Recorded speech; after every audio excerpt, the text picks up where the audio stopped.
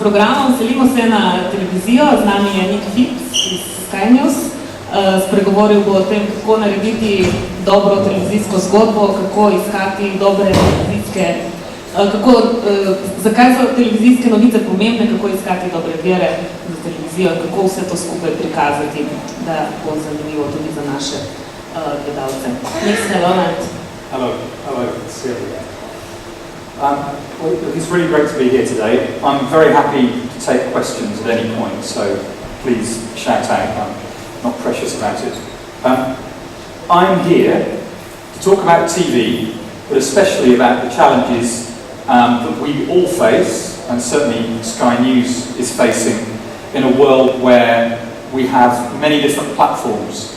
I've called it products on here. I mean, that sounds very commercial, but really what I'm talking about is a world where it's not just about TV, it's not just about newspapers, it's not even just about websites and digital, it's about everything.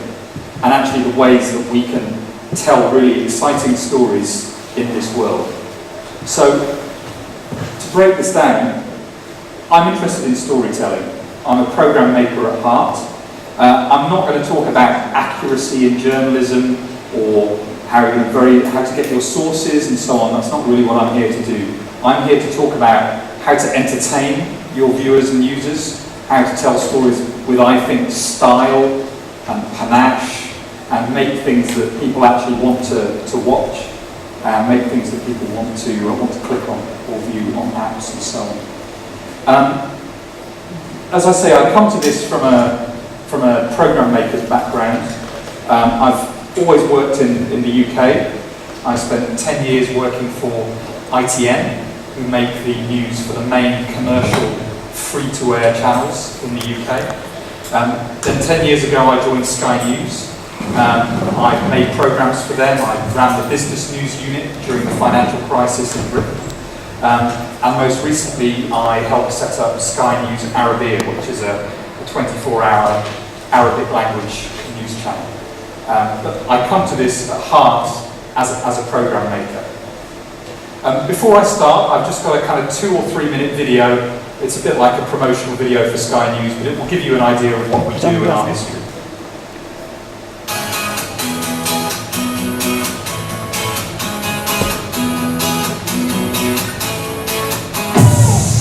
We brought you breaking news for nearly a quarter of a century. She was the people's princess. Another live flash on the screen.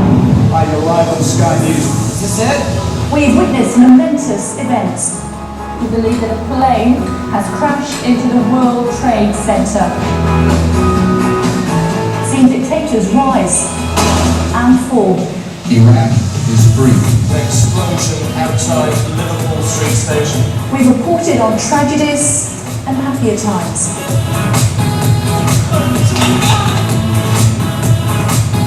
Telling people first is a big responsibility. We take it seriously.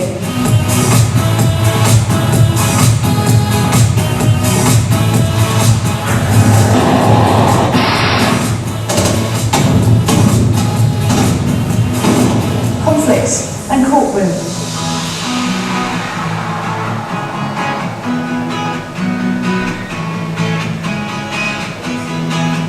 Tell me how you got the hat.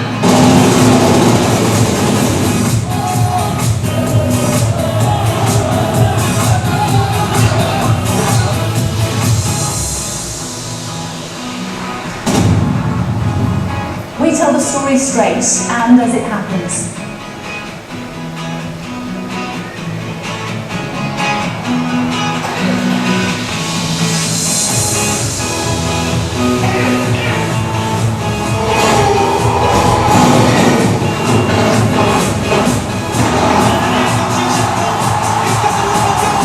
Join us, Sky News, first for breaking news.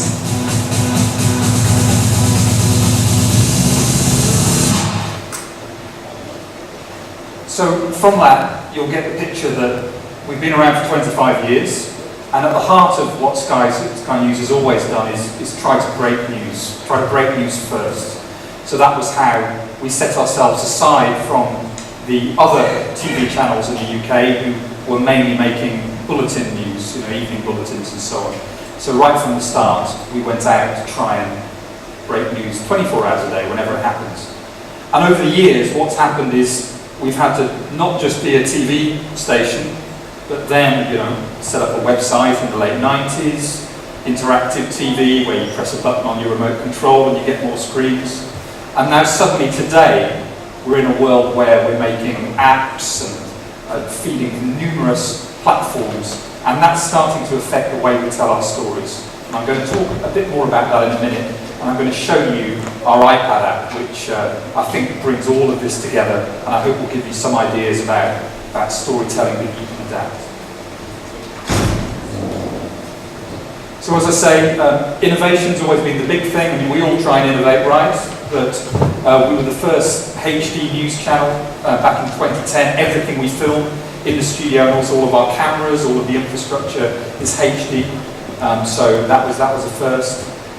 Sky launched a 3D channel a few years back. We haven't tried to do news in that yet. The iPad app, as I mentioned, and Sky Go, which is a way of you basically getting hundreds of channels on your iPad or iPhone or Android phone, as well as lots of on-demand programs. So Sky is a very big media company that makes news, but also films, movies, you name it, they also produce. So we've got bureaus all over the world. I'll quickly whiz through this because I don't want to bore you with it, but obviously in the UK and lots of other places. I'll let that play in the background while we say, so we're in about 108 million homes around the world, 118 countries. And I suppose this is really where we start to get to the point of me being here today. Increasingly on other platforms than television. And as I say, what I want to come back to is storytelling and how we tell our stories in this world. So over 1 million people following the Sky News accounts on Twitter. And on all of these different platforms, you can get us on all of these platforms. So web impressions up, 8 million downloads of apps, and around 14 million online users every month. In fact, that figure is going up a bit now, approaching 20 million. So it's really, really increasing, as it is, I suppose, for lots of companies. Now, the thing I really want to pick up on is this iPad app, which I will talk a bit more about in a minute. It's the #1 news download in the UK on the iPad. And there's a very good reason for this. I was having a look before I came out here, and I want to talk to you a bit about the way that people are consuming news in the UK now. Because we're seeing an incredible rise in the way that people consume their news, not on TV, but on these platforms. And I saw a bit of research that Sky had done before I came, which I thought I would share with you, which kind of really talks about the day of the average person in Britain. Now, I'm interested how this compares to Slovenia. But your average person, probably of my age, I'm 41, so not old, not young. And this very much reflects me. When you go to work in the morning, when you get up, get the smartphone out, have a look at what's going on in the news, maybe catch up with what friends are doing as well. When I'm at work, well, pretty basic, go back to your PC or your Apple Mac, whatever you use. I'm on my way home, I'm using my smartphone again. In the evenings, this is where these things, the iPad, start to appear. And it's very interesting. There's a real peak in Britain in early evening for people using the iPad to look at media content, which is only growing. When people go to bed, they say as the evening gets later, the screen gets smaller. So, people these days, they lie in bed, what's the last thing they do? They have a look at their smartphone. Oh yeah, that's what's going on, okay. And then it starts again. But another interesting thing we've found, at weekends, people like to use their tablets again. So the biggest peak for people using our iPad app is on Sunday morning. I don't know what the Slovenian equivalent would be, whether that would be Sunday morning as well, or Saturday morning, I don't know. But that's people have got a bit of time, they've got, maybe they would read a Sunday paper, or maybe they'd go to their iPad and they'd start going a bit more depth into the kind of news that there is to try and see what there is to watch. And the numbers on this graph, you probably can't see them, but they are they're huge. I mean, at the moment, there's about 20 million out of a population of 64 million tablet users in the UK. Just in 2 years, until 2015, that's predicted to increase to 28 million. Now, you know, different countries are at different stages on this path, but I think in many, many places, and I'm sure Slovenia is the same, it's just going to keep doing that, because people will just realise what they can do with these things. So, this is really the kind of the core of what I wanted to come and talk to you about today.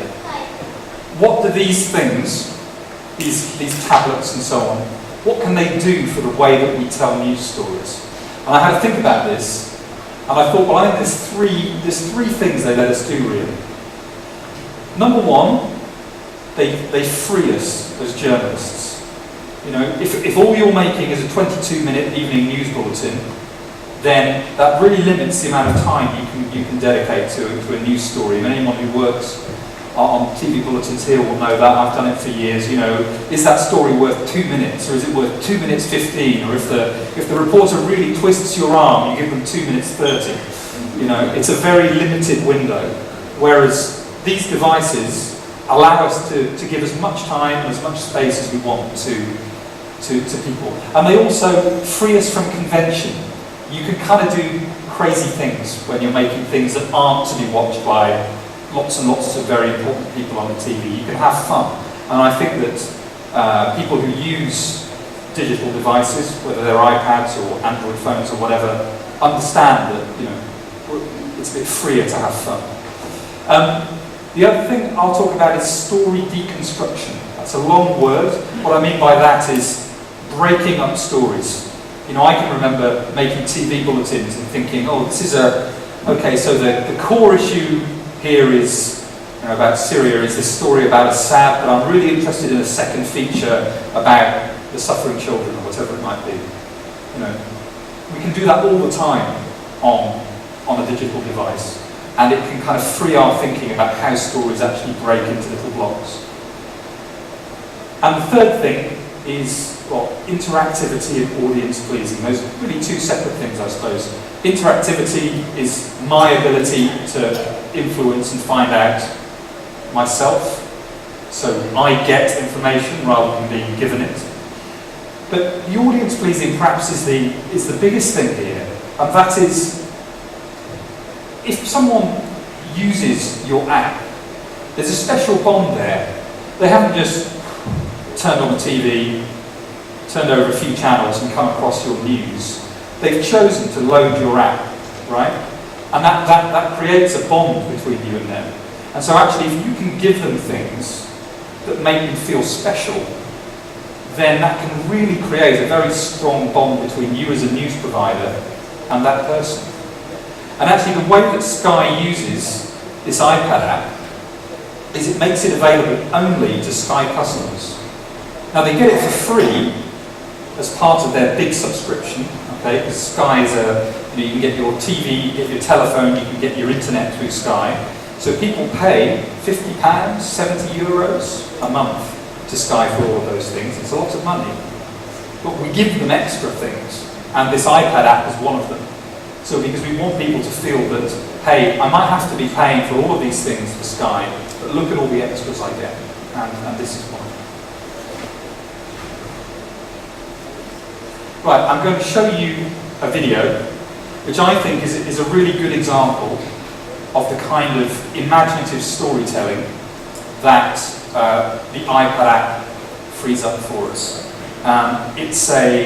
We did a week of programming back in September about immigration into the UK. In lots of European countries, as you know, it's a very hot story at the moment.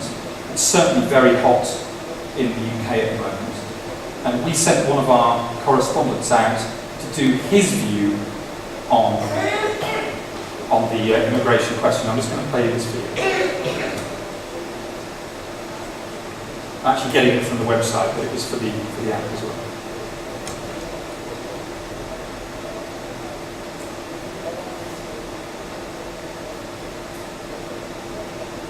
We seem to spend all our time talking about flows of immigration, people coming and going. But what about the broader picture?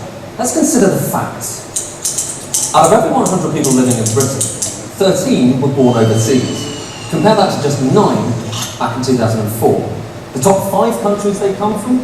Poland, India, Ireland, Pakistan, and the United States. A whole 42% of the working population of London was born overseas, compared with just 5% in the North of England. There's clear economic issues here. How much do immigrants cost Britain's welfare state? Over a quarter of babies born in the UK last year had non-UK born mothers. That's the highest proportion in history. However, research from the OECD shows that immigrants actually bring in £7 billion more than they cost. That's the equivalent of more than a penny off the basic rate of income tax. But is Britain well equipped to deal with the influx? A higher population does boost GDP, but unless more homes are built, it means house prices could get increasingly out of reach. And then there's competition. Immigrants work harder. 71% of them are economically active, compared with 67% of UK-born citizens. And they're better qualified. 38% have university degrees, compared with 30% in the UK. And, contrary to popular opinion, they're not all plumbers. In fact, the most common industry for immigrants is finance, followed by health, retail, and manufacturing. It's had an undeniable impact on the jobs market. Since the start of the crisis, 7 British workers have lost their jobs for every 1 non-British worker has lost theirs. This is an economic message. Britons need to work harder if they're going to compete. You can face this, or you can shut your eyes to it and shut your borders. So that was a story which was made especially for the iPad. Now, in fact, the boss liked it so much, he then made us put it on the TV. So that's what happened. But that's good, because actually it's fostering ideas. The iPad team came up with that. Now, why did they come up with that? We find a lot of young people like to use the iPad. And they actually sat down and they said, if we were doing a kind of high school lesson to try and get kids of 16, 17 years old to understand this story, how could we make it entertaining for them? So they had all of those lovely visual ideas of the kind of stop motion little people and the graphics which were put on. But there's a lot of information in there. And actually it's a bit like a school lesson, the amount that you get from that. But in the old days, we would never have made a story like that about such a serious issue, because it would seem as if it was being a bit silly, a bit jokey. But in fact, of everything we did that week on immigration, that's the story that stands out in the memory, and it was something that was made especially for a digital platform. And so as a television person at heart, I take lessons from stories like that, and I think if we can make things that really engage, especially young people, better, that's what we should do. Sorry.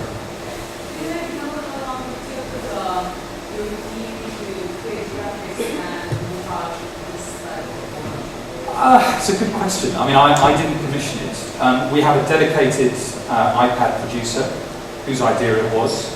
He went to, it was a one-location shoot, as we saw. I mean, it's a famous bridge in the centre of London behind him with all the people, and then he sat and did all the little pieces kind of in the same location. In terms of the graphics work, again, there's a dedicated iPad graphics designer. So it's not a simple construction. I know what you're saying. I mean, there's a lot of graphics work that's gone into that. But actually, most of the hard work in that is with the animation and the fun. And I always think things like that. That's just your head. It's people have been making stop motion animations for 60 years. It's just having the idea of thinking that you can tell a story that way. Right, I'm now going to go over to the iPad if you can load that up. So, let's see if that's the right way. Good.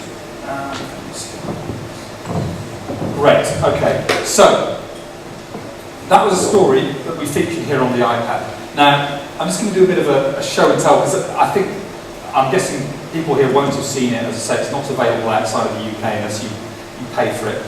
But I think it really, of all the things I've seen about ways of pulling together the kind of way that TV kind of does things, and newspapers do things, and websites do things. This is a really good example of how you can try and put everything together. So, if I launch the app, this is what I see, okay? A mass of stories, okay? And I can move around like this, seeing all of the different stories, okay? Now, I can also view it, if I want to, as a timeline. So, the most recent story on the right, and I can whiz back through. Okay?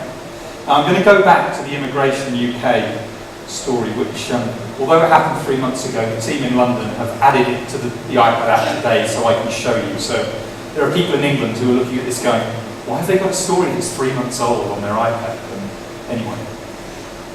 So, what I just showed you is actually in here.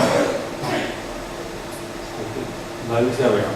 So this is a little video showcase. It's a way of putting all of the reports from that week into one place. So I can go through it, and if I chose to, I can show you. There you go. There's the story you just watched. So it's a way of putting all of those stories together in one place. But also, what this lets us do is deconstruct the story. And as you remember I talked about earlier on, I think that's a really powerful thing that digital storytelling can let you do. So we did loads of interviews during this week, and I don't know if any of you have had the same feeling, but when you're trying to think of a story and you think, oh, we've spoken to all these people, I don't know how to put them all together into a way that's really going to be understandable to people. So what we actually did was we did lots of interviews, and we split them into subjects and let people drill into them and watch them. So this is employment and benefits. Do immigrants who come to Britain work? What money can they get? And so we spoke to an economist, we spoke to a Polish accountant who's now living in London, we spoke to a carer for old people, and we just put their videos up here. Hear about education. So these are people who are studying or teaching in healthcare.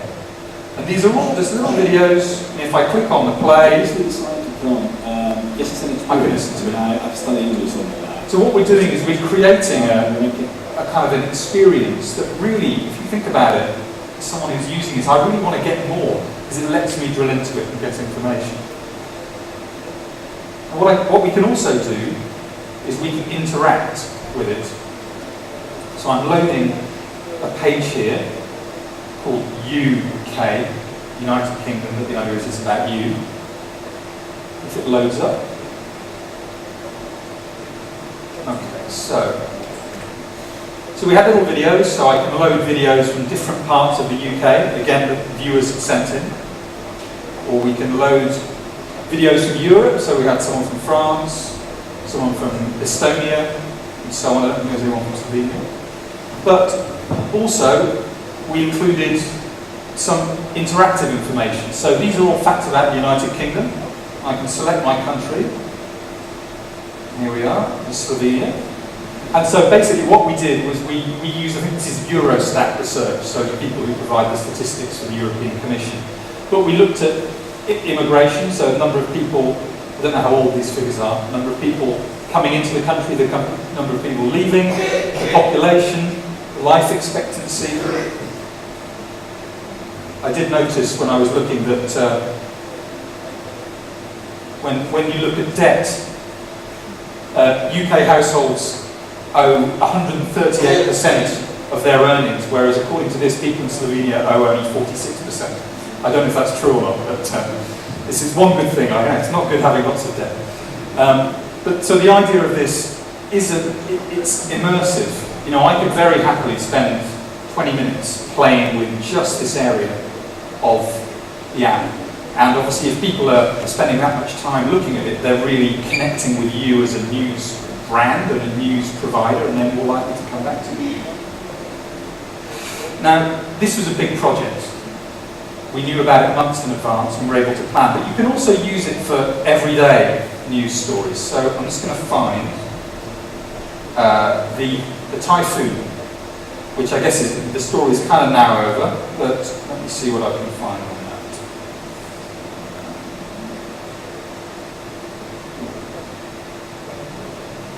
Yeah, so but you can tell it's over because the main story about the typhoon involves David Beckham. I think he and his wife have given lots of clothes to sell to raise money for victims. Anyway, but what you can see here is the central story, and this is the way our iPad app works basically, and it's surrounded by a carousel of other things you can look at. Okay, so this is really what I meant about the way this kind of device is bringing together different types of storytelling. So we've got a basic written story, written for the website, but could just as easily have been written for a newspaper website about the Beckhams. But then it's also got things that people would more associate with Sky News, like video. So, I don't know if you saw these, but they're amazing pictures of the moment the storm surge hit in the typhoon. Or an image gallery. So again, I can just scroll through these and see lots of images. Or this, which I think is quite cool, which is, so that's a map of the way Tackledown looked before, and if I just move my finger across it, you can see what it looked like after. So it lets you see the extent of the devastation. But I think, as I say, these are, although this is an app, these are all ideas that actually I find myself starting to use on the TV programs that I produce. So when we were covering the typhoon, I actually got one of our reporters to come on air and play with this app and actually do this for viewers. Because most of them can't access the app, and actually it's a very illustrative way of showing the damage. So this kind of visual storytelling is relevant, whether it's on TV or on an app or anywhere else. The final example I want to show you before I take any questions is just quite fun. I don't know if there's any gamers out here. I used to be one, I'm not really one. But there's a new war that's about to start with the launch of the PlayStation 4 and the Xbox, and I don't know. Anyway, but it's made for, if you think of the kind of people who are likely to be accessing their news on this app, they're the kind of people who also might be gamers. So there's a lot of coverage about this launch. But here we've got a really fun piece, so watch this and see what you think. Console gaming was invented. It's all been about removing you from your mundane existence and giving you experiences you might never have dreamed possible.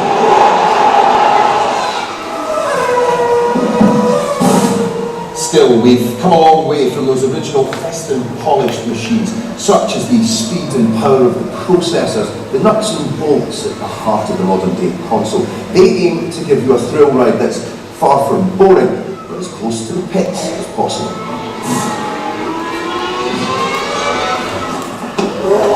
These next generation consoles hope to bring us even closer to feeling like we're actually part of the fantasy, and more than ever before, we'll be sharing that experience with others. Certainly, both companies' fortunes could do with a helping hand. Microsoft is no longer the world leader in software. Sony no longer dominant in audio-visual tech. So, this is a reporter who's happy to make fun of himself, okay? And I think that actually it works very well. I know that story went down very well this morning when we showed it on our breakfast show. Viewers were mailing in saying, could they be a zombie as well, and all this kind of thing. But it's another example of, that's a story that's been commissioned for the iPad, but is also making its way onto our TV channel, and actually making our TV channel feel much livelier as a result. I was just going to show you the final thing on that. Where are we?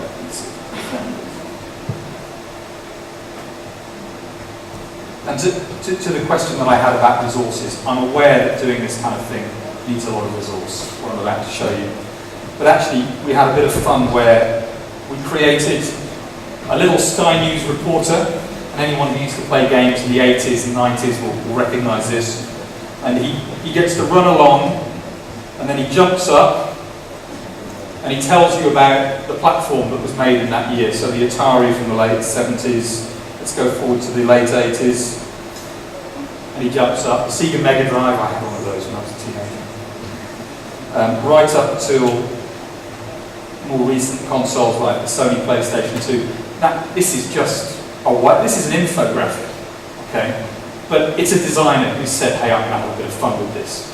And actually develop something that, you know, people are going to find and again going to feel that's a really exciting way of telling what could be just a boring informational story. So, really to conclude, I think that even in a world where you don't have the resources to produce, obviously, first of all, to make an iPad app like this or another platform's app, or to make all of those individual stories that I've been showing you, I think there are always ideas there. In the end, ideas are free, and cool ideas like kind of stop motion and so on, they're things that we can all do. It's just, first of all, having the idea in the first place, and second, convincing yourself or convincing your boss that it's something that people aren't going to look at and think that looks silly.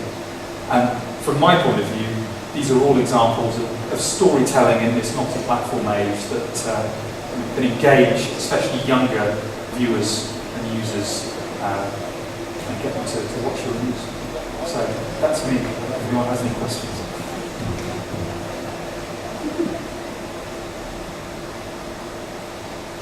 Thank you, Nick. That was really, really interesting. I have a question from a sort of fellow British journalist point of view. To what extent do you think that the platform that you're making journalism on influences the type of journalism that you make? And I'm asking this because what you showed us was incredibly interesting, eye-catching, interactive, but I don't see this, for instance, as a medium for any great deal of investigation or a sort of confrontational interview where you force a politician or somebody in a position of power to take responsibility for something. And I suppose what my question is, isn't there a risk that by pleasing the user of a particular app, you end up forgetting what journalism you wanted to make in the first place sometimes? Yeah, I mean, I suppose the short answer I think is no. I've shown you, I suppose, the most eye-catching examples. And you're right that most of them are softer stories, whether it's a planned week like the Immigration Week or something like the console wars. And I get that. And I don't think, as someone who's worked in commercial TV all my life, I'm not precious about the kind of news that I produce. I'm not one of these people who thinks that a hard political story has to be at the start of every news bulletin. I think news is about what people are talking about in the moment. But I do think that this device, for example, breaking down an interview into blocks, work just as well with a very incisive interview with, as you say, a prime minister or a president or a person in the news. I've just called up. This is a story that's kind of roiling Britain at the moment. It's an amazing story about this man who is a priest, used to run a bank, and is currently being questioned by police for buying hard drugs and renting a rent boy. I don't have to explain what that is, but it's an amazing news story. It's drawing in politicians because he used to, his bank funded one of the main political parties. Anyway, so this is what the app can give us. Well, okay, so there's a story about him, which is there. I won't play the same. There's the article. But it's also giving us a bit of extra background. So it's kind of telling us about the man.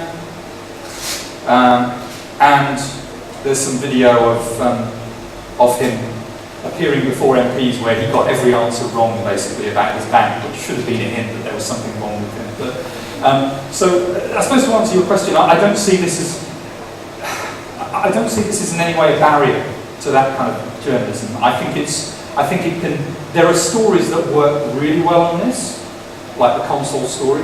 But even for a very hard story like the scandal over this man, it can add value and it can give your viewers and the users more information.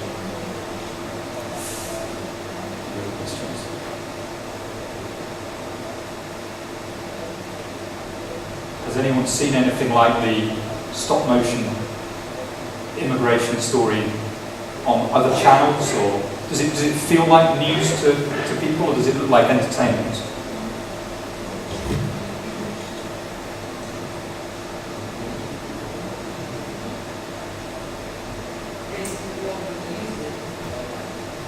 Great.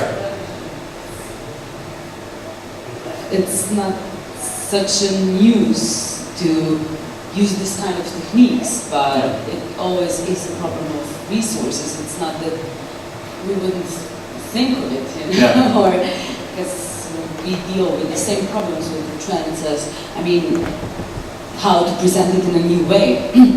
So it's, for us, it's mostly more of a problem of resources than the idea. I mean, the idea in itself, it's not so new. We also have different kind of applications, but we don't have enough resources to do different types of things for different types of platforms.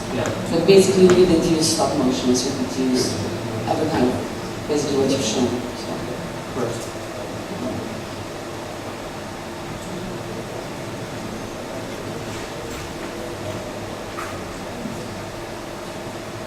How much percentage-wise do you concentrate on the apps and how much still on the television news? That's a good question. I think the head of Sky News said recently that he sees it as 50-50. So we certainly, if you look at, I mean, you know, a lot of us will be journalists. If you look at our daily agenda that we look at in the morning and we discuss in our morning meeting, it's got, every story has got a kind of TV, digital, radio, because we also do radio production. So yeah, it's you know, there is a big effort to try and get it talked about for every story. But the reality of course is that a lot of this material is generated by the TV channel.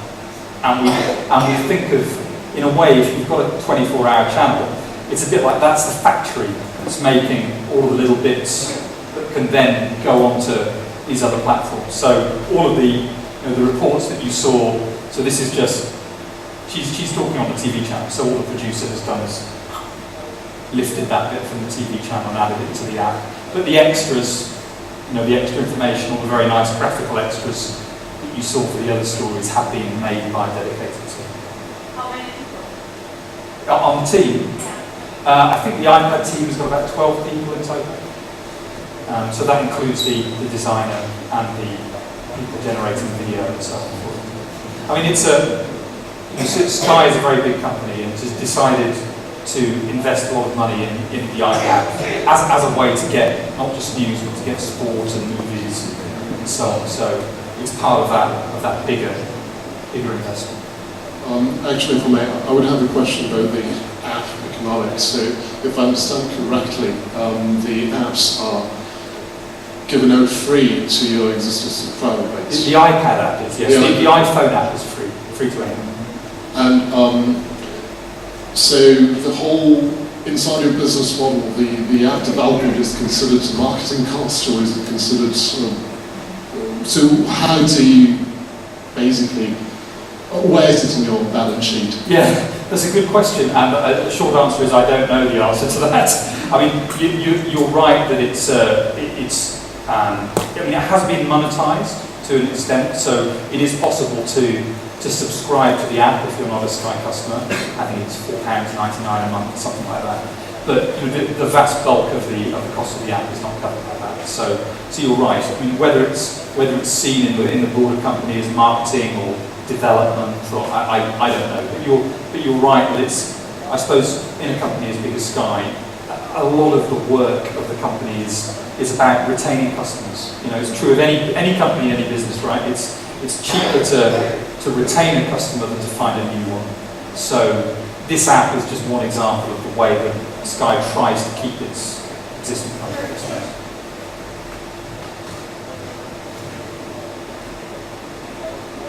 Okay, well, it's 2:15, so I think we're done.